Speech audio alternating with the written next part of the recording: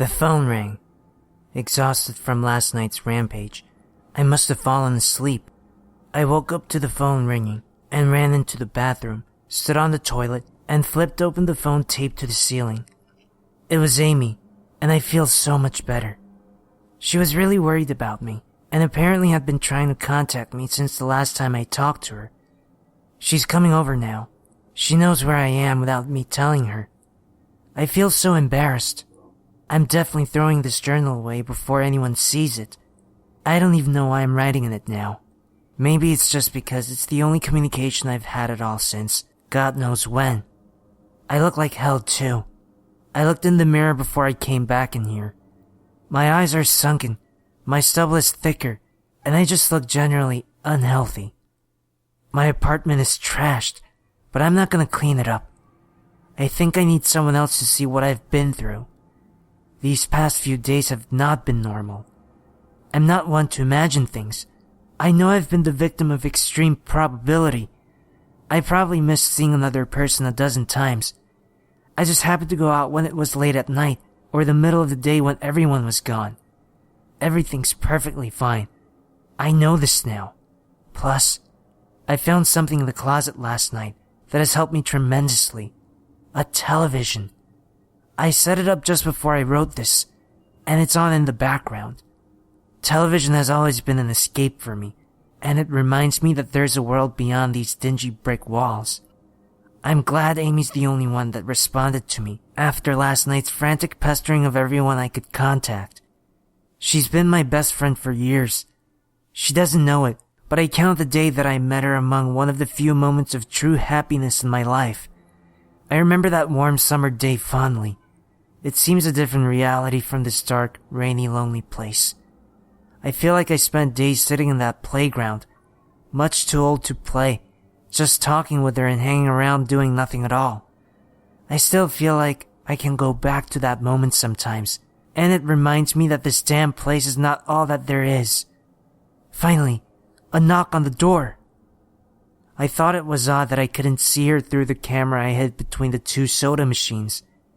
I figured that it was bad positioning, like when I couldn't see out the front door. I should have known. After the knock, I yelled through the door jokingly that I had a camera between the soda machines because I was embarrassed myself that I had taken this paranoia so far. After I did that, I saw her image walk over to the camera and look down at it. She smiled and waved. "Hey," she said to the camera brightly, giving it a wry look. "It's weird, I know," I said into the mic attached to my computer. "I've had a few weird days." "Must have," she replied. "Open the door, John." I hesitated. How could I be sure? "Hey, humor me a second here," I told her through the mic. "Tell me one thing about us. Just prove to me you're you." She gave the camera a weird look. Alright," she said slowly, thinking. "We met randomly at a playground when we were both way too old to be there?" I sighed deeply as reality returned and fear faded. God, I'd been so ridiculous. Of course it was Amy. That day wasn't anywhere in the world except in my memory.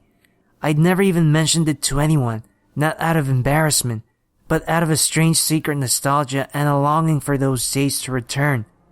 If there was some unknown force at work trying to trick me, as I feared, there was no way they could know about that day. "Alright, I'll explain everything," I told her. "Be right there." I ran to my small bathroom and fixed my hair as best I could. I looked like hell, but she would understand. Snickering at my own unbelievable behavior and the mess I'd made of the place, I walked to the door. I put my hand on the doorknob and gave the mess one last look. So ridiculous, I thought. My eyes traced over the half-eaten food lying on the ground, the overflowing trash bin, and the bed I tipped to the side looking for God knows what. I almost turned to the door and opened it, but my eyes fell on one last thing. The old webcam. The one I used that eerily vacant chat with my friend. Its silent black sphere lay haphazardly tossed to the side, its lens pointed at the table where this journal lay. An overwhelming terror took me as I realized that if something could see through that camera, it would have seen what I just wrote about that day. I asked her for any one thing about us, and she chose the only thing in the world that I thought they or it did not know. But it did. It did know. It could have been watching me the whole time. I didn't open the door. I screamed. I screamed in uncontrollable terror. I stomped on the old webcam on the floor. The door shook, and the doorknob tried to turn, but I didn't hear Amy's voice through the door. Was the basement door made to keep out drafts too thick? Or was Amy not outside? What could have been trying to get in if not her? What the hell is out there? I saw her on my computer through the camera outside. I heard her on the speakers through the camera outside. But was it real? How can I know? She's gone now. I screamed and shouted for help. I piled up everything in my apartment against the front door.